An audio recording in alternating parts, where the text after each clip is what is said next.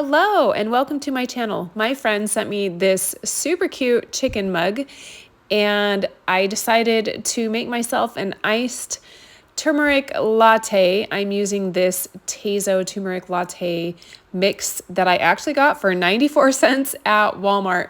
And it's actually really good. So then I'm also adding some soy milk to it, and that's all I put in it, and it's super delicious. But I have a lot of things to do today, and I thought I would take you along with some of the things I'm doing. So there are different ways to preserve eggs. Today I am going to just mix some raw eggs in a bowl, and I am going to put them in here. I would say about 2 fit in each little square, and then I'm gonna freeze them. And after that, I will place them in a Ziploc bag. But I do have a lot of eggs. I've got this basket full.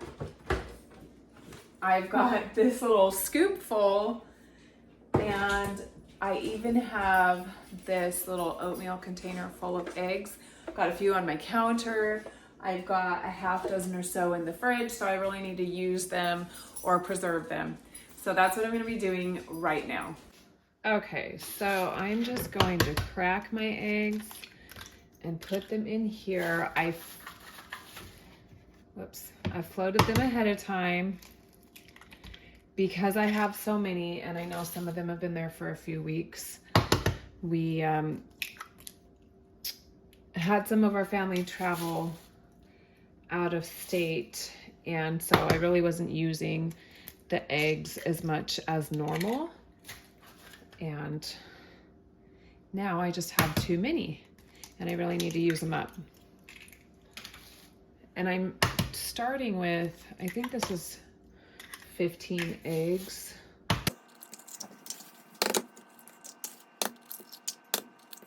Okay, now that I've done that, I've got these little silicone like ice trays, and I'm gonna see how much of this I can fit into these. I was using regular ice cube trays, but it's kind of a pain to get them out of. You have to have the ice tray sit on the counter for a little bit, which, I mean, okay, it's not that big of a deal, but I just wanted something that just popped out easier. Okay.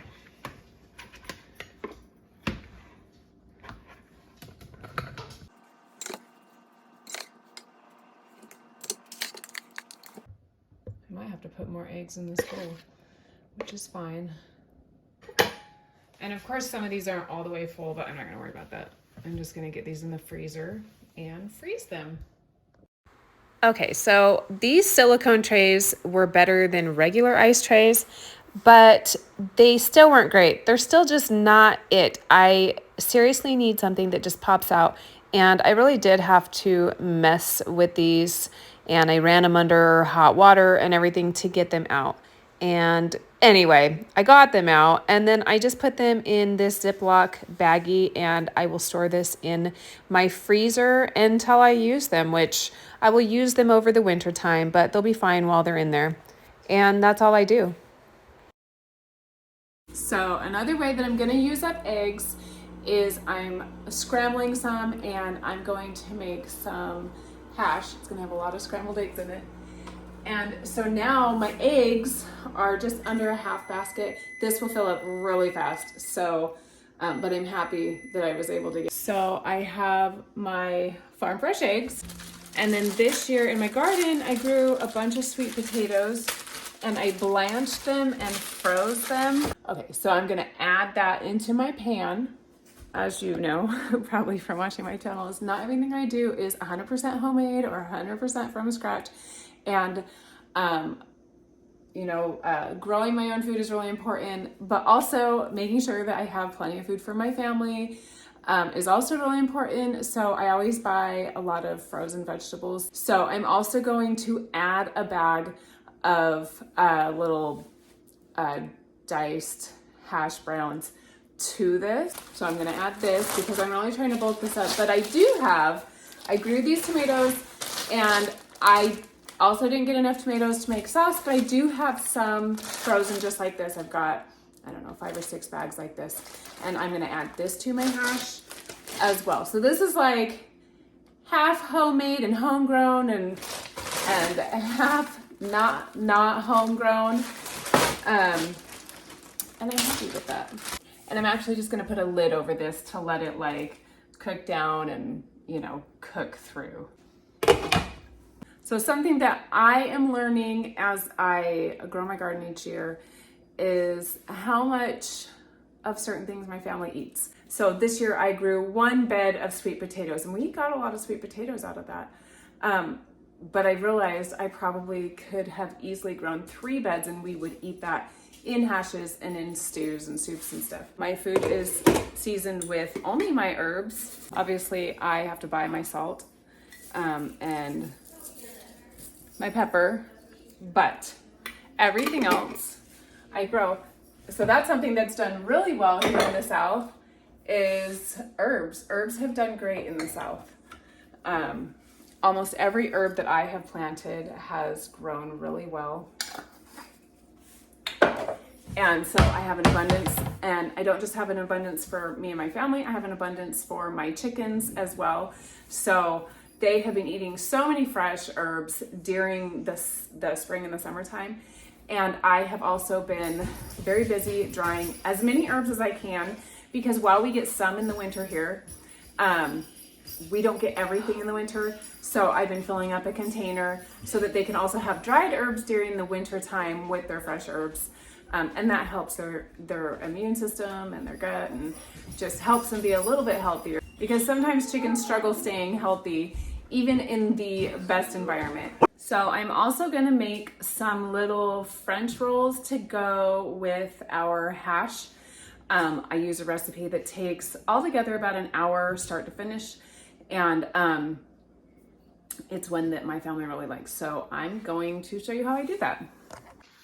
Okay, so the first thing I need to do is I need to add 2 tablespoons of yeast, and I'm gonna add a tablespoon of sugar. And then I'm going to add 2 cups of warm water. Whoops. Okay, and I'm gonna stir that together.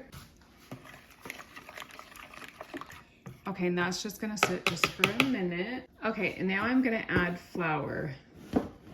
So I'm gonna add, oops. I'm gonna add 2 cups, and then I'm gonna stir that in.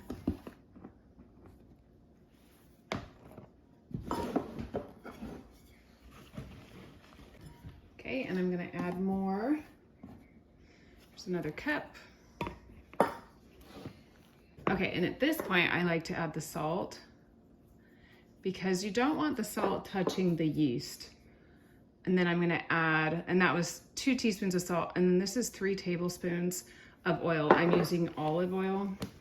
So I know that recipes always will say like a specific amount of flour, but I have found that they are often not accurate. And at least, I don't know, maybe it has something to do with where I live. The dough, when I add, you know, 6 cups of flour, is always too crumbly and dry. It's just too much flour. And then I have to compensate by adding more liquid. And so I go by the feel more than I go by the recipe. And this specific dough, I'm gonna add another ½ cup of flour at this point. And this is such an easy bread to whip up. You don't have to do French bread rolls. You could just do French bread out of it. We like the individual rolls. I just think they're fun, and I use them for a lot of things. I use them for buns as well. And we really like how hearty they are. You know, when you buy buns at the store, they're almost kind of doughy. They're never hearty. And I know some people prefer maybe prefer a soft bun, but we really prefer those hearty buns. So this is a great recipe for that. If you're wanting to, you know, make hot dog buns or hamburger buns, or like we use them for sloppy joes. And I'm a very, you know, one bowl person. I don't like a bunch of mess all over the counter if I can avoid it. So I try and do everything over my bowl or in my bowl. Okay, and it's gonna sit for 15 minutes and then I'm gonna come back to it. Okay, so now I am going to take my dough, and you can see it has risen, and I'm just gonna make little balls for rolls. Just place them on my pan. And honestly, I'm not gonna be super fancy about it because this is just for my family.